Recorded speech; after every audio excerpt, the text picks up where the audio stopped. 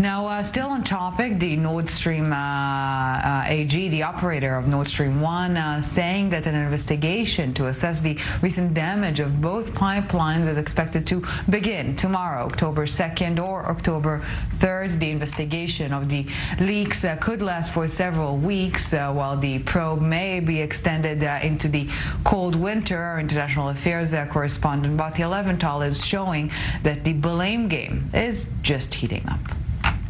It used to be he who smelt it dealt it. But in the case of Russian gas, new phrases are coming out, such as this one. He who benefits did it. The sanctions were not enough for the West, and so they moved on to sabotage. It is hard to believe, but it is a fact that they organized the blasts on the Nord Stream pipelines as they benefit from it. As of Thursday, 4 leaks were reported on the Nord Stream pipeline, which runs from 2 ports in Russia across the Baltic Sea to Germany. It hasn't just been Russian gas that's spewing out, but blame too.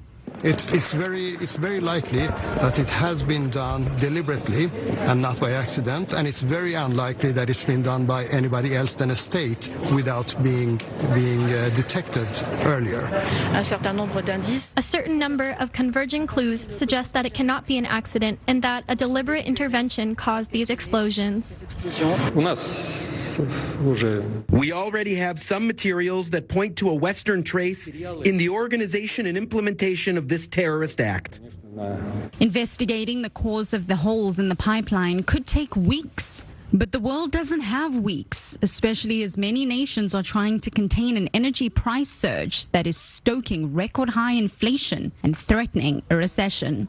While views differ across the member states, there is also common ground. We all agree that the market is not working normally and intervention is necessary, that we need effective measures that preserve our security of supply and are accompanied by a strong commitment to demand reduction. Damage to the Nord Stream pipeline could signal a new phase of hybrid war between the Europeans and the Russians. But as winter approaches, it is clear that no one benefits from an energy war. And against the backdrop of this, the West is trying desperately to move away from Russian gas. The president of the European Union's executive arm traveled Saturday to Bulgaria for the opening of a natural gas link between the country and Greece, emphasizing the EU's determination to stop relying on Russian energy imports. Speaking at a ceremony in Sofia, European Commission President Ursula von der Leyen hailed the pipeline as an important contribution to limiting opportunities for Russia to use its gas and oil reserves to blackmail or punish the EU. A new era for Bulgaria and Southeast Europe begins. Bulgaria used to receive 80% of its gas from Russia. That was before Russia decided to launch an atrocious war against Ukraine and an energy war against Europe. This pipeline is a game changer.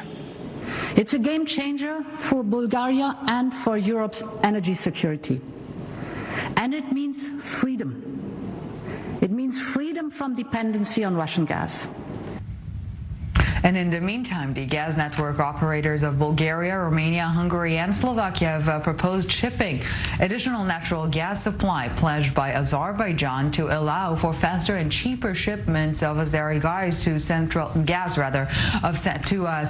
and Western Europe. The European Commission in July signed a memorandum of understanding with Baku to double imports of Azeri natural gas through the Trans-Adriatic pipeline, the final leg of the southern gas corridor pipeline network. But Bulgarian president is saying that another route could be faster and cheaper to take on some of the extra needed volumes.